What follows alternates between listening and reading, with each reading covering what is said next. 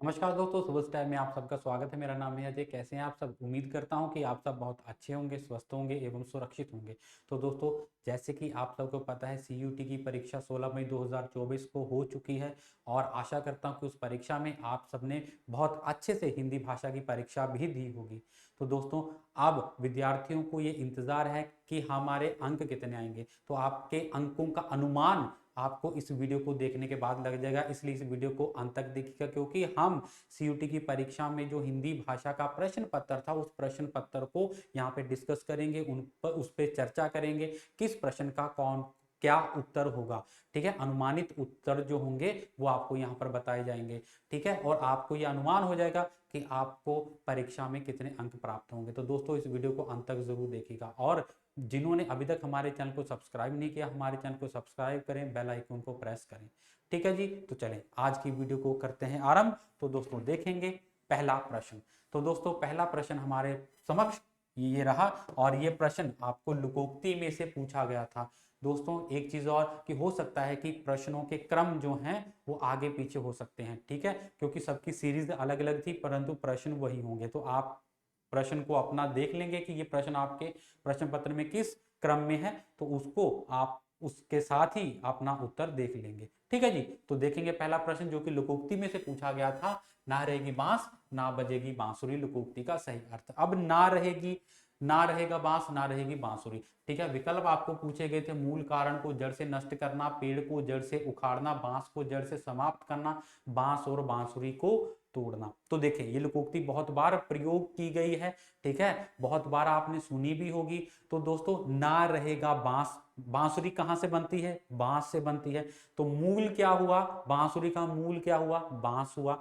ठीक है, ना रहेगा बांस ना रहे बजेगी बांसुरी। तो मतलब कि इसमें क्या गया? मूल कारण को जड़ से नष्ट कर देना। जो मूल कारण है, ठीक है, उसको जड़ से नष्ट कर देना इस लोकोक्ति का सही विकल्प होगा। तो विकल्प एक इसका सही विकल्प है। उसके बाद आगे हम चलते हैं। कूद कूद मछली बगुले को खाए, लोकोक्ति का अर्थ बताएं। कूद कूद मछली बगुले को खाए। विकल्प थे बिना बल कोई काम करना, बिल्कुल विपरीत काम होना, बगुला कूद कूद कर मछली को खाता है, सब दिन एक जैसे नहीं होते। तो देखें, कूद कूद मछली बगुले को खाए, तो ये काम कैसा लग रहा है? विपरीत कार्य लग रहा है, ये असंभव सा कार्य लग रहा है। ठीक है, कि ये हो नहीं सकता, तो विपरीत कार्य लग रहा है ये। ठीक है, बिल्कुल विपरीत काम होना। कूद कूद मछली, मछली कूद कर क्या बगुले को खाती है? नहीं, विपरीत ये हो गया।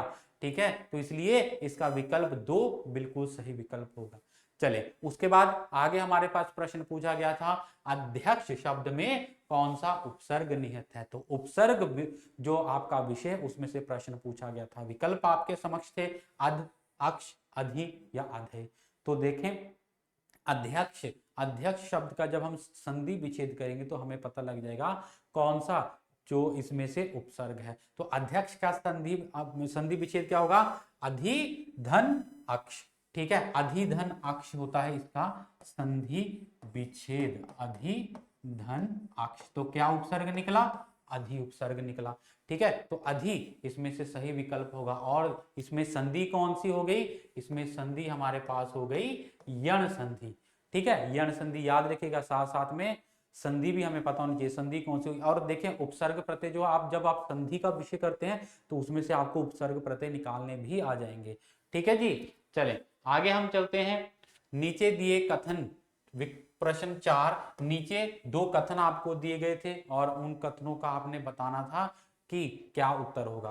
पहला कथन हमारे समक्ष था, विशेषण एक ऐसा विकारी शब्द है जो संज्ञा या सर्वनाम की विशेषता बताता है। दूसरा कथन था, विशेषण के प्रयोग से जिस संज्ञा का गुण अथवा धर्म प्रकट होता है उस संज्ञा को व्याकरण विशेष्य कहते हैं। तो देखें, पहला क्या पूछा गया था कि विशेषण एक ऐसा विकारी शब्द है जो संज्ञा सर्वनाम की विशेषता बतलाता है। बिल्कुल सही कथन है ये। हम बोल सकते हैं ये परिभाषा है किसकी? विशेषण की। ठीक है, तो पहला कथन तो सही हो गया। दूसरा है, विशेषण के प्रयोग से जिस संज्ञा का गुण अथवा धर्म प्रकट होता है उस संज्ञा को व्याकरण विशेष्य कहते हैं, व्याकरण विशेष्य कहते हैं। ठीक है, तो ये भी कथन क्या है? बिल्कुल उपयुक्त कथन है। तो दोनों कथन इसमें से सही हैं। प्रश्न ए जो विकल्प एक है वो इसका उचित विकल्प होगा। तो जिन विद्यार्थियों ने विकल्प एक को चुना है तो उनका यहाँ पर अंक उनको मिलेंगे। ठीक है, उसके बाद आगे हम चलेंगे। दो सूचियां दी गई थी, कारक में से प्रश्न पूछा गया था ये। ठीक है, कारक विषय में से कारक पढ़े थे ना आपने, कर्ता ने कर्म को करण से, बस वही वही कारक है। तो जिनको विभक्तियां याद हुई, जिन्होंने याद किया था कर्ता ने कर्म को करण से, ये जो विभक्तियां याद की थी, तो वो आसानी से इस प्रश्न का उत्तर उन्होंने दिया होगा। ठीक है, देखेंगे उत्तर। कारक में क्या पूछा गया, अपदान, करण, संप्रदान और संबंध। इनकी विभक्तियां हमें बतानी थी। विभक्तियां आपको दी गई थी के, लिए, वास्ते, से, काके, की, से, द्वारा। अब जिनको अगर भ्रम था इसमें कि कौन सी विभक्ति क्या हो सकती है, तो देखिए संबंध का तो सबको पता था। सर्वप्रथम आप संबंध देख लेते। संबंध में क्या होता है, का, संबंध में का, की, के। ठीक है, तो अगर आप संबंध को भी मिलाते, ठीक है, इसके साथ संबंध को भी मिलाते तो देख लेते डी का तीसरा कहां पे आ रहा है। डी का तीसरा हमारे पास आ रहा है, डी का तीसरा हमारे पास आ रहा है तीसरे विकल्प में। ठीक है, तो इसका क्या विकल्प, तीसरा विकल्प उचित हो गया। ठीक है, अब एक ही अपादान की, अपादान में क्या होता है, अपादान दो। ठीक है, अपादान से विभक्ति बताती है ना, अपादान क्या बताता है, विभक्ति, अलग होना, अलगाव बताता है। ठीक है, उसके बाद करण, करण का क्या आ गया, से द्वारा। ठीक है, से द्वारा, करण क्या था, से द्वारा, जिससे कार्य किया जाता है, जिसके द्वारा कार्य किया जाता है। ठीक है, तो करण हो गया। उसके बाद हमारे पास था संप्रदान। तो संप्रदान क्या है, सी का आगे आ गया हमारे पास ये। ठीक है, संप्रदान में क्या होता है, के लिए, के वास्ते। ठीक है, तो ये हमारे पास विकल्प 3 इसमें से उचित विकल्प होगा। चले उसके बाद चलते हैं। श्याम घर आना चाहता है, वाक्य में कौन सी क्रिया है, कौन सी क्रिया है, इच्छा बोधक है, आवश्यकता बोधक है, अभ्यास बोधक है या निश्चय बोधक है। देखिए कितना सरल प्रश्न पूछा गया है यहाँ पर। श्याम घर आना चाहता है तो क्या है, उसकी इच्छा है। तो विकल्प इसमें से एक बिल्कुल सही विकल्प होगा, क्योंकि ये क्या है, इच्छा बोधक है। जब आना चाहता है, उसकी इच्छा है, ठीक है, तो इसका विकल्प एक सही विकल्प। उसके बाद आगे चलते हैं। अगला प्रश्न हमारे पास था, हंस दूध और पानी को अलग कर देता है, वाक्य में अव्यय की पहचान करनी थी। अब अव्यय क्या होते हैं, जो जो ऐसे शब्द जो क्रिया, लिंग, वचन के अनुसार परिवर्तन नहीं होते हैं, वैसे के वैसे रहते हैं। ठीक है, उनको अव्यय बोलते हैं। तो इसमें से अव्यय कौन सा है, और शब्द आप किसी के लिए भी प्रयोग करें, किसी भी पुल्लिंग के लिए प्रयोग करेंगे, लिंग के लिए प्रयोग करेंगे, बहुवचन के लिए प्रयोग करेंगे, चाहे एक वचन के लिए प्रयोग होगा, ये और शब्द का परिवर्तन नहीं होता है, और शब्द वैसे का वैसे रहेगा। ठीक है, तो इसका सही विकल्प क्या होगा, तीसरा इसका सही विकल्प होगा।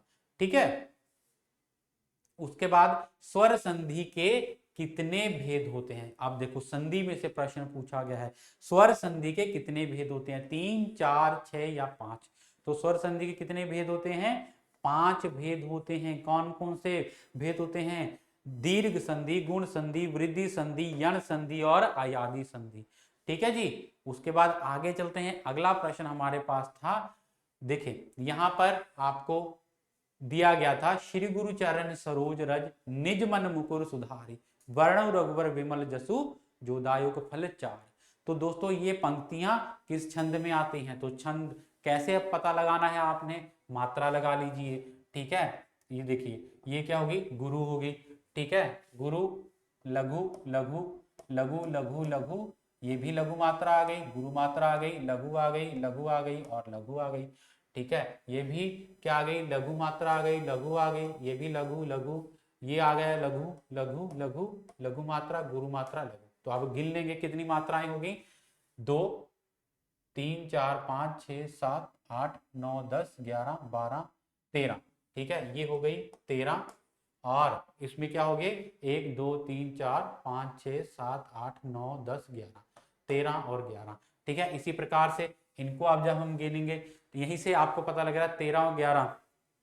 ठीक है, 13 और 11 जहां पर होता है क्या होता है, दोहा। ठीक है, 13 और 11 क्या होता है, दोहा। ठीक है, तो ये क्या हो गया, दोहा, इसका विकल्प होगा दोहा। चले आगे चलते हैं। पसेरी शब्द में कौन सा समास निहित है? पसेरी शब्द, पसेरी, पसेरी क्या होता है? कौन सा समास है? कर्मधारय, तत्पुरुष, द्विगु या द्वंद्व? तो पसेरी क्या होता है? उसमें 5 शेर, तो इसमें क्या आता है? 5 विकल्प, इसमें क्या आएगा? 5 संख्या आ रही है, तो संख्या किस में आती है? द्विगु में आती है। ठीक है, तो इसका द्विगु बिल्कुल सही विकल्प होगा, 5 शेर। ठीक है, 5 शेर, पंच शेर, पंच क्या है? पसेरी, 5 शेरी। ठीक है, 5 शेरी, 5 शेर, तो 5 इसमें आ रहा है, तो 5 जिसमें आता है प्रथम पद में वो होता है हमारे पास द्विगु समास। ठीक है जी। उसके बाद आगे हम चलते हैं, अगला प्रश्न हमारे पास था, नीचे 2 कथन दिए गए हैं, आपको फिर से 2 कथन दिए गए थे। कथन, जहां किसी शब्द का प्रयोग एक बार हो किंतु अर्थ भिन्न भिन्न होता है वहां श्लेष अलंकार होता है। जहां किसी शब्द का प्रयोग एक बार होता है किंतु भिन्न भिन्न अर्थ होता है, तो बिल्कुल श्लेष अलंकार की ये क्या है? ये परिभाषा है। ठीक है, मतलब श्लेष अलंकार चिपका होना, एक अर्थ के, एक शब्द के साथ कई अर्थ चिपके होते हैं। ठीक है, तो ये क्या है? सही कथन है। उसके बाद, जहां कोई शब्द एक से अधिक बार प्रयोग हो किंतु उसका अर्थ अलग अलग हो वहां श्लेष अलंकार होता है। जहां कोई शब्द एक से अधिक बार प्रयोग हो, शब्द एक से अधिक बार प्रयोग हो परंतु उसका अर्थ अलग अलग होता है, श्लेष अलंकार। तो ये गलत हो गया, क्योंकि दोनों में तो एक ही सही होगा, तो विकल्प एक इसमें से सही है और दूसरा गलत है। ठीक है, क्योंकि जहां कोई शब्द एक से अधिक बार प्रयोग होता है किंतु अर्थ जो होता है वो अलग अलग हो, तो ये श्लेष अलंकार की उदाहरण परिभाषा नहीं है। ठीक है, ये यमक अलंकार की उदाहरण आ जाएगी। उसके बाद क्या है? लेवत मुख में घास मृग, मोर तजत नृत जात, आंसू गिरियत जर लता, पीरे पीरे पात। तो इन पंक्तियों में कौन सा अलंकार है? अलंकार आपको पहचाना था, भ्रांति भान है, अतिशोक्ति है, यमक है या फिर श्लेष अलंकार है। फिर से अलंकार में से प्रश्न पूछा गया है। ठीक है, यहां पर भी आपको, ठीक है, यहां पर आपको देखने को मिलेगा अलंकार। तो अलंकार कैसे पता लगाएंगे? पहले आपको इसको अच्छे से अर्थ समझना था। लेवत मुख में घास मृग, मृग क्या होता है? हिरण। ठीक है, लेना मतलब मुंह में घास को जब खा रहा था। तजत नृत जात, तजत, तजत तज देना, छोड़ देना। मोर क्या कर रहा था? नृत्य छोड़ देता था। ठीक है, आंसू गिरियत जर लता, पीरे पीरे पात। आंसू गिरियत जर लता, कि आंसुओं के गिरने से लताएं जो क्या हो जाती थी? जल जाती थी। ठीक है, आंसू के गिरने से लताएं क्या? जल जाती थी। और पीरे पीरे पात, और पत्ते जो हो जाते थे पीले हो जाते थे। तो आप देखेंगे कि आंसू के गिरने से कभी कोई लता जलती है और पत्ते पीले होते हैं? मतलब लता जलेगी तभी पत्ते पीले होंगे, तो आंसू के गिरने से लता तो पीली नहीं होती है। तो ये क्या यहां पर बताया गया है? ये अतिशोक्ति बताई गई कि आंसुओं के प्रभाव से लता जल गई। ठीक है, तो ये यहां पर अतिशोक्ति अलंकार आएगा। उसके बाद आगे था, नीचे फिर से कथन दिए गए थे, भरत मुनि ने नाट्य शास्त्र में कुल 8 रसों का वर्णन किया गया है।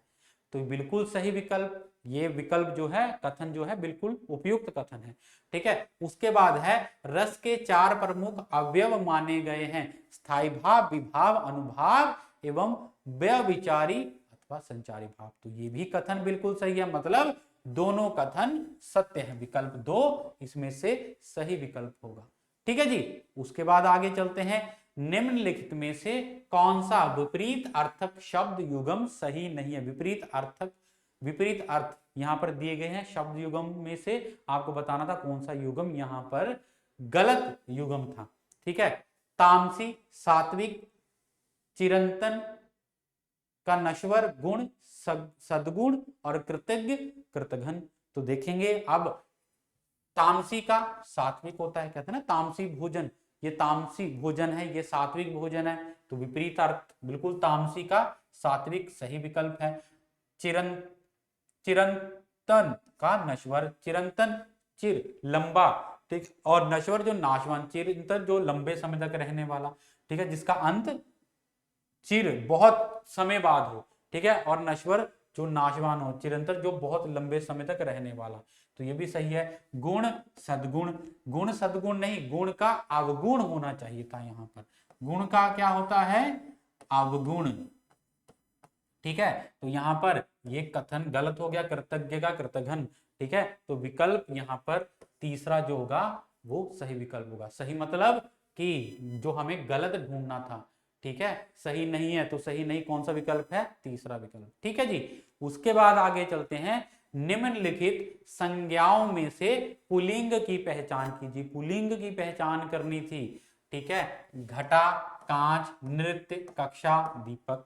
ठीक है, घटा, घटा छाई, घटा छाई, तो ये क्या हो गया, स्त्रीलिंग हो गया। कांच टूट गया। ठीक है, उसके बाद नृत्य, मुझे नृत्य नहीं आता। ठीक है, ऐसे आकर आप पहचान सकते हैं। कक्षा, कक्षा में, कक्षा में विद्यार्थी बैठे थे।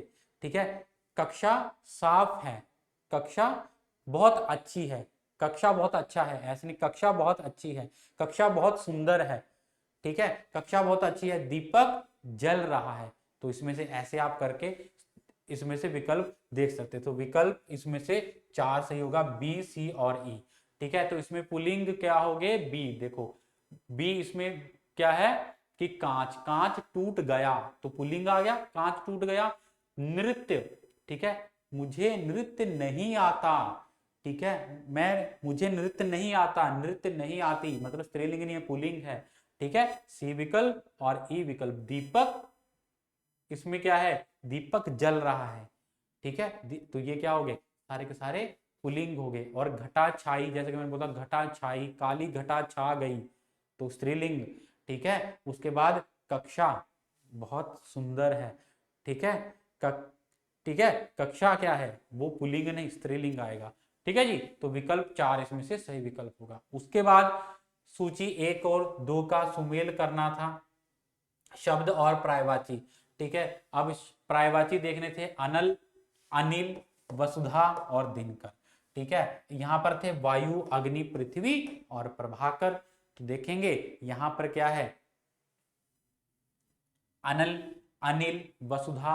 अब देखें, जो आपको सबसे पहले पता है आप वो देख सकते थे। ठीक है, इसमें क्या आ जाएगा, पहले क्या हो गया, अनल क्या होता है, अनल होता है अग्नि। ठीक है, अनल को बोलते हैं अग्नि। और अनिल हो गया वायु। ठीक है, अनिल वायु हो गया। वसुधा क्या हो गई, धरती, पृथ्वी, वसुधा बोलते हैं ना, वसुधा पृथ्वी। और दिनकर क्या हो गया, सूर्य, प्रभाकर। ठीक है, तो ये पर्यायवाची, तो विकल्प इसमें से दो विकल्प बिल्कुल सही होगा। ठीक है जी, उसके बाद आगे चलते हैं। निम्न शब्दों में से कौन से कमल के पर्यायवाची नहीं है, कमल का पर्यायवाची इसमें से कौन से नहीं है, अंबुज, नलीन, अरविंद, सुमन और मुकुल। ठीक है, तो विकल्प आपके पास दिए गए थे, तो इसमें से सही विकल्प कौन सा होगा, दो। ठीक है, डी और ई जो है वो कमल के पर्यायवाची नहीं है। ठीक है, डी और ई, सुमन, सुमन और मुकुल। ठीक है, ये जो हैं कमल के पर्यायवाची नहीं है। बाकी आपको पता है अंबुज, नलिन और अरविंद। ठीक है, ये क्या है, कमल के पर्यायवाची है। उसके बाद है, जो व्यक्ति अधिक बोलता है उसके लिए एक शब्द, जो अधिक बोलता है, बहुत ज्यादा बातें करता है, वैशाख नंदन, कौशिक, विख्यात या वाचाल। तो वाचाल, बहुत बात करने वाला, वाचाल उसको बोला जाता है वाचाल, तो विकल्प चार इसका सही विकल्प होगा। उसके बाद है, सूची 1 को 2 के साथ सुमेल कीजिए। ठीक है, वाक्य अंश के लिए एक शब्द हमें बता, जानने की इच्छा, जानने की इच्छा क्या होती है, जिसको जानने की इच्छा हो क्या होता है, वो जिज्ञासा। ठीक है, जानने की इच्छा क्या होती है, जिज्ञासा। कहते हैं ना, इसको बहुत जिज्ञासा है, इसको बहुत जानने की इच्छा है। ठीक है, जिसकी उपमा ना हो क्या होता है, वो अनुपम, जिसकी उपमा ही ना हो अनुपम हो गया। जो बहुत जानता हो उसको क्या बोलते हैं, बहुज्ञ। ठीक है, बहुज्ञ जो बहुत जानता हो। और जल में जन्म लेने वाला जलज। ठीक है, तो इसका सही विकल्प क्या होगा हमारे पास, तीसरा।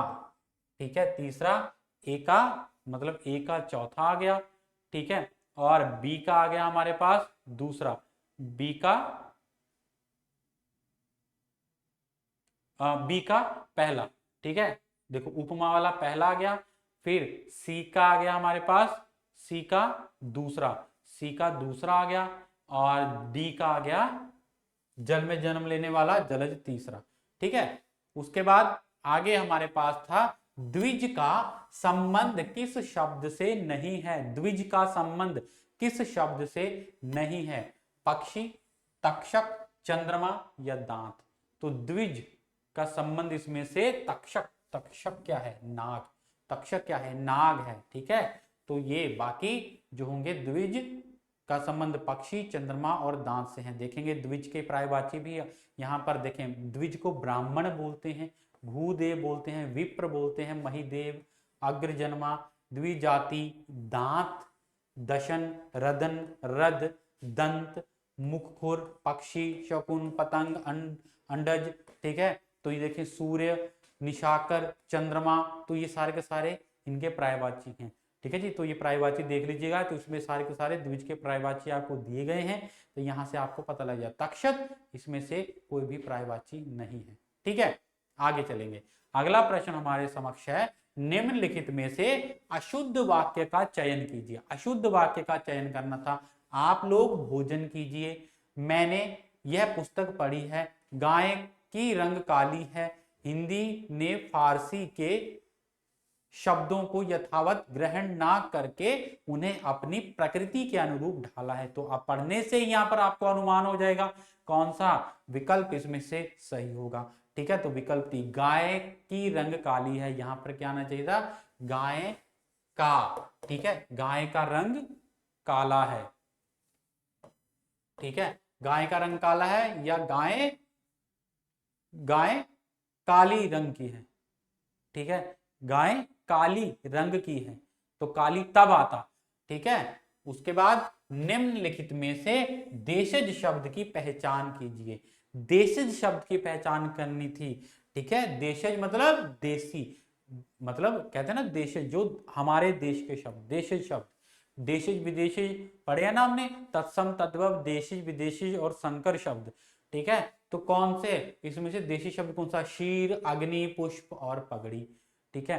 तो इसमें से पगड़ी जो शब्द है देशीज भाषा का शब्द है, ठीक है जी। उसके बाद निम्नलिखित शब्दों में से शुद्ध शब्द की पहचान करें। शुद्ध शब्द कौन सा है, स्वयंवर, स्वयंवर, कैसा लिखा जाए, कैसे लिखा जाएगा स्वयंवर, देखिए स्वयंवर, ये तो गलत है, ये भी गलत है, ठीक है, स्वयंवर ये भी गलत है, तो सही क्या हो गया, स्वयंवर, ठीक है, इस प्रकार से स्वयंवर लिखा जाएगा। उसके बाद कहानी के नाम हमारे पास दिए गए थे और वहां पर कहानीकार, रचनाकार दिए गए थे, ठीक है, तो उनका सुमेल करना था।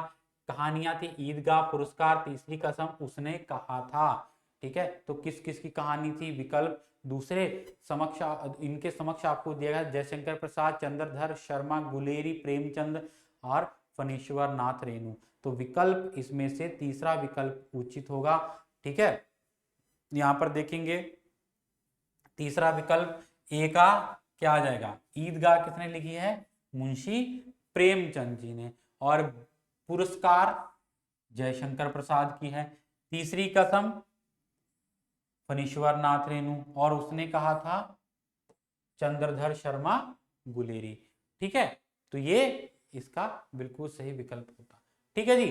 तो देखेंगे अगला प्रश्न, फिर आपको साहित्य में से पूछा गया था, इस जो 24वां प्रश्न भी साहित्य में से पूछा गया था, निम्नलिखित कहानियों में से प्रेमचंद की कहानी कौन सी नहीं है, बड़े घर की बेटी, नमक का दरोगा, ईदगाह या पुरस्कार। अब देखेंगे यही प्रश्न आपको यहाँ पर भी अगर अपने ध्यान से इस प्रश्न को किया होता उसका उत्तर भी आपको मिल जाता। पुरस्कार किसकी है, मुंशी प्रेमचंद की कहानी है, ठीक है। ईदगाह किसकी है, पुरस्कार, पुरस्कार किसकी है, जयशंकर प्रसाद की कहानी, देखेंगे पुरस्कार, ठीक है, पुरस्कार किसकी कहानी है, जयशंकर प्रसाद की, तो पुरस्कार इसमें से क्या है, जयशंकर प्रसाद की कहानी है, तो ये यहां से निकल जाता अगर आप इसको ध्यान से देखते इस प्रश्न को, ठीक है। उसके बाद आगे चलते हैं, अगला प्रश्न हमारे पास है, अच्छे पत्र में अधोलिखित गुण होने आवश्यक हैं। एक जो अच्छा पत्र लिखा जाता है उसमें कौन सा गुण होना चाहिए? उद्देश्य, दुर्हता, शिष्टाचार, सहजता, अपेक्षित, त्रुटि। ठीक है, तो उद्देश्य, दुर्हता, शिष्टाचार, सहजता। ठीक है, तो इसमें से कौन सा विकल्प होगा? तीसरा विकल्प सही होगा। ठीक है, कौन कौन से गुण होने चाहिए? उद्देश्य होना चाहिए पत्र का, ठीक है, उसके बाद शिष्टाचार होना चाहिए और सहजता होनी चाहिए। ठीक है, सहजता से उसको समझा जा सके। तो ये अब दुर्हता और त्रुटि ये नहीं पत्र में होनी चाहिए। ठीक है, तो ये भी बहुत आसान प्रश्न था। उसके बाद निम्नलिखित शब्दों में कर्मठ का विपरीत अर्थक शब्द खोजें। कर्मठ का विपरीत अर्थ शब्द क्या होगा? जुझारू, कर्मण्य, अकर्मठ या फिर अकर्मण्य। तो देखेंगे कर्मठ का अ उपसर्ग लगेगा, आक्रमठ बन जाएगा। तो विकल्प इसका क्या होगा? विपरीतार्थक शब्द क्या होगा? आक्रमठ। ठीक है जी, आगे चलेंगे। प्रत्यय के कितने भेद होते हैं? प्रत्यय के कितने भेद होते हैं? 3, 1, 2 या 4। तो प्रत्यय के कितने भेद होते हैं? 2 भेद होते हैं। कौन कौन से? कृत प्रत्यय और तदित प्रत्यय। ठीक है, 2 भेद हो गए, कृत प्रत्यय और तदित प्रत्यय। उसके बाद कान काटना मुहावरे का अर्थ बताना है आपको। पराजित करना, हानि पहुंचाना, चुगली करना या सबकी बुद्धि भ्रष्ट होना। तो कान काटना, कान काटना वैसे अगर हम मुहावरा देखें तो उसका अर्थ होता है चालाकी करना। ठीक है, चालाकी करना, चालाकी। तो यहां पर क्या है? कान काटना, चालाकी तो नहीं है, तो इसमें क्या आ जाएगा? कान काटना, चुगली करना। तो हम यहां पर सही विकल्प हो जाएगा चुगली करना। उसके बाद निम्नलिखित में से इंद्र का पर्यायवाची शब्द चुने। इंद्र का पर्यायवाची शब्द, देवों के देव, भवानी नंदन, पुरंदर या देवादि देवाधि देव।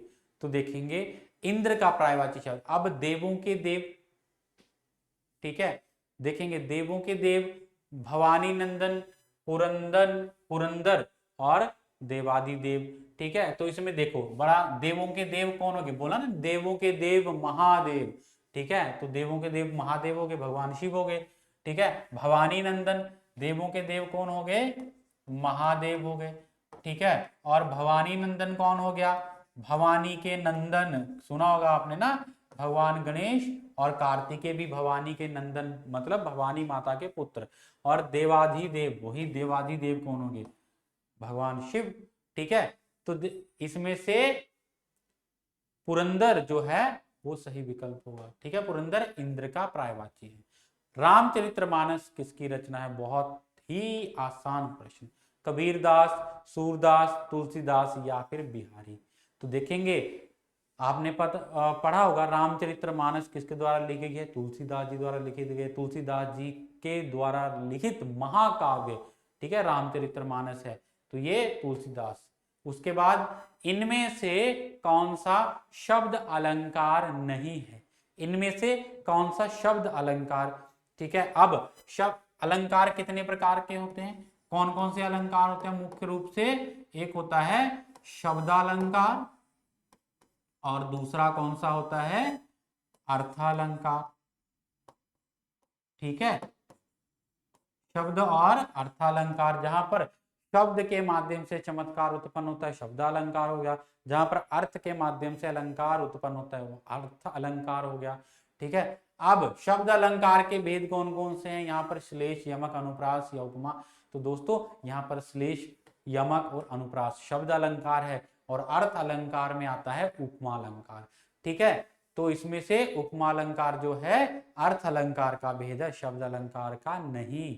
ठीक है जी, उसके बाद आपको पद्यांश दिया गया था, उस पद्यांश पर आधारित कुछ प्रश्न पूछे गए थे, उनका आपको उत्तर देना था। तो पद्यांश देख लेते हैं। आराधन का दृढ़, आराधन में 2 उत्तर। तुम करो विजय संयत प्राणों से प्राणों पर, रावण अशुद्ध होकर भी यदि कर सका त्रस्त, तो निश्चय तुम हो सिद्ध करोगे उसे ध्वस्त।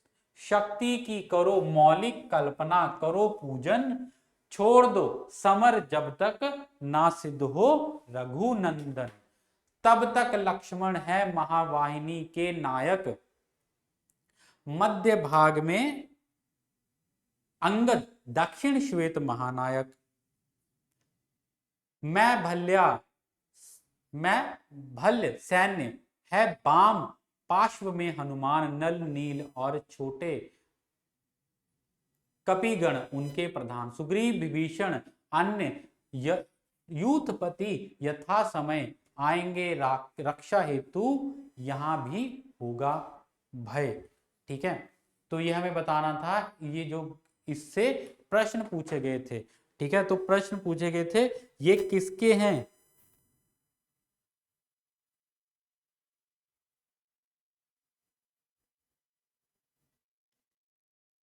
तो ये कथन हमें देखने थे। ठीक है, पद्यांश के अनुसार रघुनंदन का आशय राम से और महावाहिनी के नायक सुग्रीव हैं। देखेंगे पहले ये जो हमारे पास पद्यांश लिया गया था, कहां से लिया गया था? ये सूर्यकांत त्रिपाठी निराला जी की जो कविता है राम की शक्ति पूजा। ठीक है, उसकी पंक्तियां हैं, राम की शक्ति पूजा, सूर्यकांत त्रिपाठी निराला।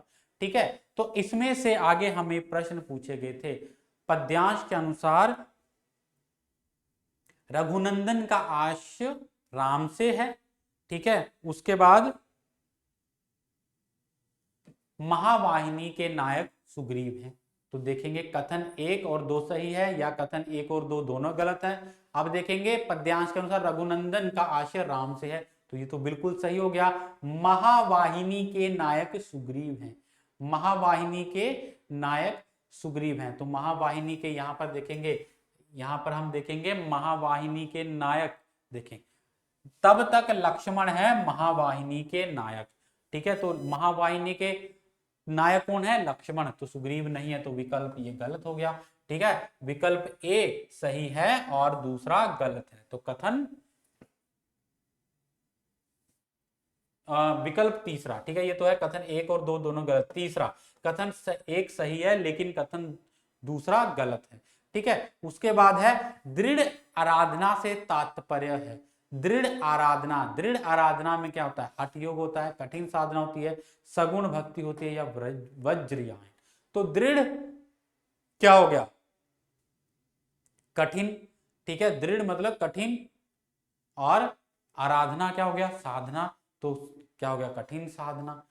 ठीक है, उसके बाद है यह पद्यांश किससे संबोधित है? लक्ष्मण को, राम को, हनुमान को या सुग्रीव को? यह पद्यांश किससे संबोधित है?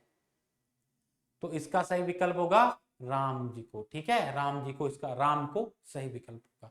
उसके बाद भय शब्द का विलोम क्या होगा? भय का विलोम शब्द अजय, निर्भय, डर या पराजय। भय का निर्भय।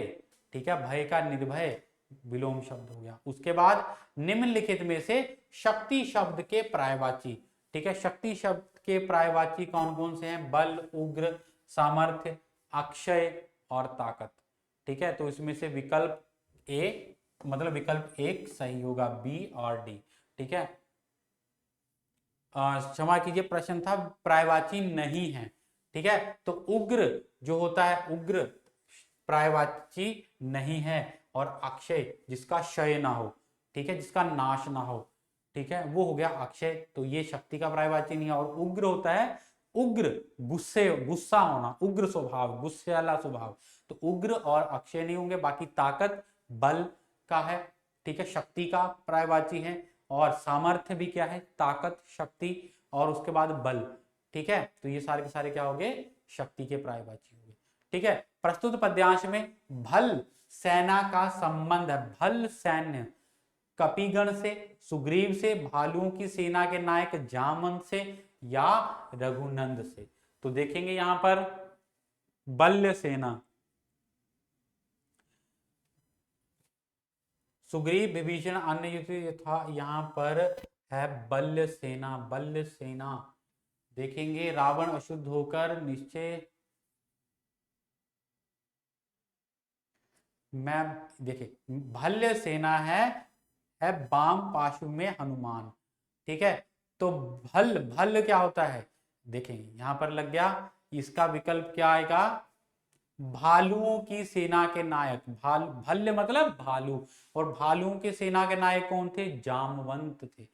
ठीक है, तो इसका विकल्प सही होगा तीसरा। उसके बाद आगे हमारे पास है, जिस शब्द से संज्ञा या सर्वनाम की विशेषता का बोध हो उसे क्या कहते हैं? बहुत साधारण। जिस शब्द से संज्ञा या सर्वनाम की विशेषता, तो वो क्या हो गया? विशेषण हो गया। ठीक है, जिस शब्द से किसी काम का करना अथवा होना पाया जाता है उसको क्रिया कहते हैं। ठीक है, अगर आपने ये पढ़ा होता तो वैसे ही पता लग जाता, तो इसका सही विकल्प क्या होगा? क्रिया। ठीक है, निम्न शब्दों में से अभ्यंतर का विलोम शब्द, अभ्यंतर का विलोम शब्द क्या होगा? अभ्यंतर, आसक्त, बहिमुखी और बाहरी। तो इसका अभ्यंतर का बाहरी मुखी होता है, बाहरी मुख। ठीक है, बाहरी। ठीक है, मुखी नहीं, अभ्यंतर और बाहरी। ठीक है, अगर होता, ठीक है, तो इसका सही विकल्प क्या होगा? बाहरी, अभ्यंतर, अंतर और बाहरी। उसके बाद है, कार्यालय पत्र लेखन में अधोलेख के रूप में प्रयुक्त होने वाला शब्द है। अधोलेख में प्रयुक्त होने वाला शब्द कौन सा? भवदीय, महोदय, महाशय या सम्माननीय।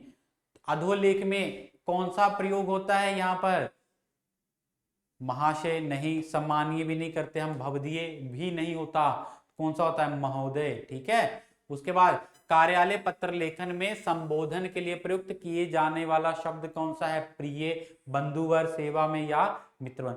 तो यहाँ पर कार्यालय पत्र में, ठीक है, कार्यालय पत्र में क्या होता है? सेवा में। हम लिखते हैं ना, जो किसी अपने अधिकारी को लिखते हैं तो वहां पर सेवा में आता है।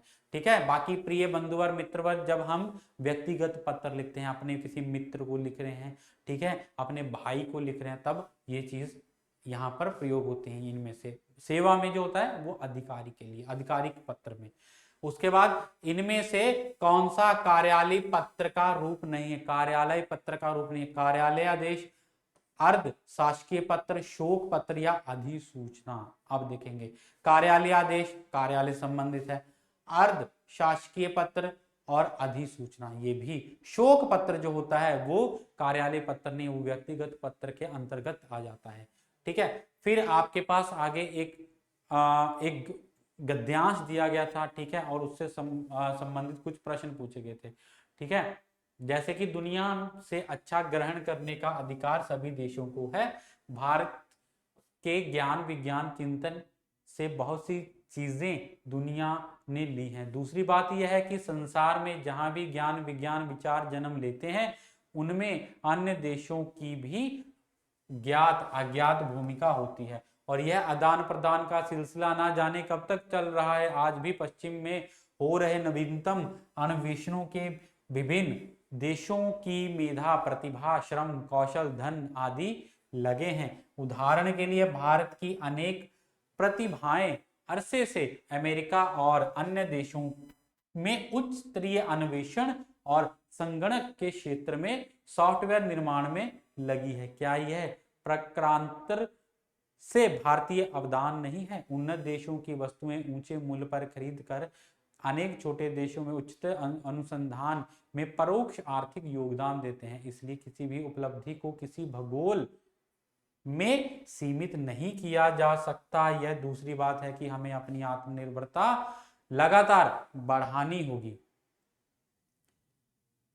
और प्रतिभा को निरंतर प्रोत्साहित करना होगा। आयातित प्रदूषण से बचने और अपने सांस्कृतिक उन्नति के लिए यह अनिवार्य है। ठीक है जी, ये था। उसके बाद प्रश्न पूछा गया था, उन्नत शब्द का विलोम शब्द बताएं। उन्नत का अपमान होता है, अवनत होता है, सहनशीलता होती है या अभिमान होता है। तो उन्नत का क्या होगा? उन्नत का अवनत। ठीक है, उन्नत और अवनत, जिसकी उन्नति ना हो। उसके बाद गद्यांश में प्रयुक्त इन शब्दों के सही वर्णाक्रम का चयन कीजिए। आयातीत, अधिकार, आत्मनिर्भरता, उदाहरण या नवीनतम। तो इसका सही विकल्प क्या होगा? क्या प्रश्न यहां पर पूछा गया था? ठीक है, गद्यांश प्रयुक्त शब्दों में सही वर्ण क्रम अनुसार। विद्यार्थी यहाँ पर थोड़े से भ्रमित हुए थे। ठीक है, हुए होंगे भ्रमित कि वर्ण क्रम अनुसार मतलब वर्णों के अनुसार हमें यहाँ पर लगाना था, तो वर्ण कौन सा वर्ण पहले आता है देखेंगे। पहले क्या आता है, आ वर्ण आता है, उसके बाद आ वर्ण आता है, ठीक है, और फिर उ न, तो यहां पर क्या आएगा, सही विकल्प होगा बी, पहले आएगा बी, ठीक है, उसके बाद सी आएगा आत्म, देखें आत्म, आ देख लिया, आ देख लिया, उसके बाद आगे देखना था, पहले तो आता है कि ये आता है, ठीक है, तो ये देख के इस तरह से हमें वर्ण क्रम अनुसार लगाना था। फिर उसके बाद ए आता, ठीक है, पहले B, B C, B C, A और डी और ई, ठीक है जी। ऐसे वर्ण क्रम अनुसार हमें वर्ण देखने थे, पहले पहले वर्ण। उसके बाद गद्यांश के आधार पर सूची 1 को सूची 2 से सुमेलित कीजिए, प्रत्यय और मूल शब्द, ठीक है। अब जैसे कार, एक तम, ता, ठीक है, अब कार शब्द किस में है, अधिकार में है, ठीक है, यहीं से अगर आपको पता लग गया होगा, तो एक का दो देखेंगे किस में है, एक का दो, एक का दो किस में आ रहा है, इसमें भी आ रहा है और इसमें भी आ रहा है, ठीक है। और आगे देखते हैं, एक, एक प्रत्यय किस में है, इक, इक प्रत्यय है आर्थिक, ठीक है, तो मतलब बी का चौथा, बी का,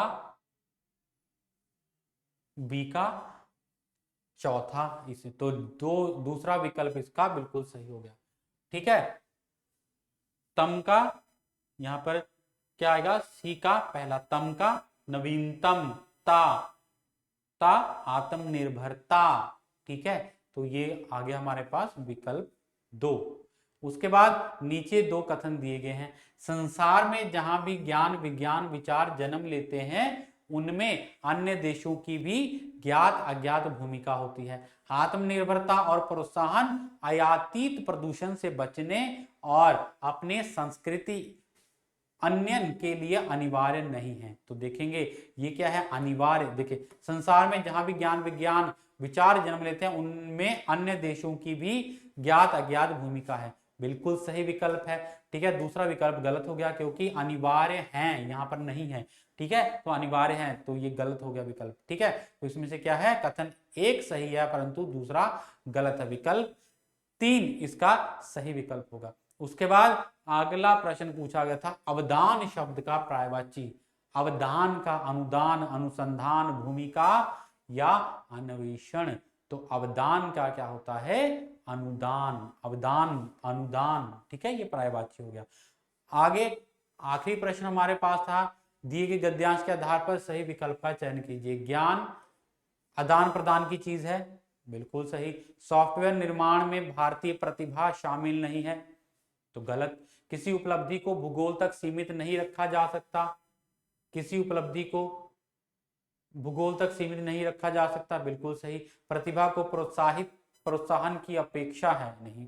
संसार में यहां भी ज्ञान विज्ञान विचार जन्म लेते हैं उनमें अन्य देशों की भूमिका होती है, तो विकल्प इसमें से कौन सा सही विकल्प होता, तो इसमें से सही विकल्प था 2, ठीक है, ए और सी विकल्प सही विकल्प, ज्ञान, ठीक है, ए और सी, किसी उपलब्धि को भूगोल तक सीमित नहीं रखा जा सकता, ठीक है, बाकी ये गलत विकल्प थे, ठीक है जी। तो दोस्तों ये था आज का हमारा प्रश्न पत्र, ठीक है, जो आपने सीयूटी में प्रश्नों के उत्तर दिए थे, इनके आधार पर अगर आपके उत्तर होंगे तो आपके अच्छे अंक आपको प्राप्त हो जाएंगे, ठीक है दोस्तों। तो जिन्होंने अभी तक हमारे चैनल को सब्सक्राइब नहीं किया, हमारे चैनल को सब्सक्राइब करें और बेल आइकन को प्रेस जरूर करें। ऐसे ही ज्ञानवर्धक वीडियो देखने के लिए, समय समय पर ज्ञानवर्धक वीडियो देखने के लिए नोटिफिकेशन आपको मिल जाती है और आप इन वीडियोस को देख सकते हैं। तो आशा करता हूं कि ये वीडियो आप लोगों के लिए लाभदायक सिद्ध होगी, आपको यह अनुमान हो गया होगा कि आपकी परीक्षा में आपको कितने अंक प्राप्त होंगे, ठीक है जी। तो दोस्तों यहीं पर आज की इस वीडियो को विराम देते हैं, फिर से मिलेंगे नई वीडियो में नए विषय के साथ। तब तक के लिए आप अपने स्वास्थ्य का ध्यान रखें, अच्छे से अपनी पढ़ाई करें और भी दूसरी परीक्षाओं की तैयारी करते रहें। धन्यवाद।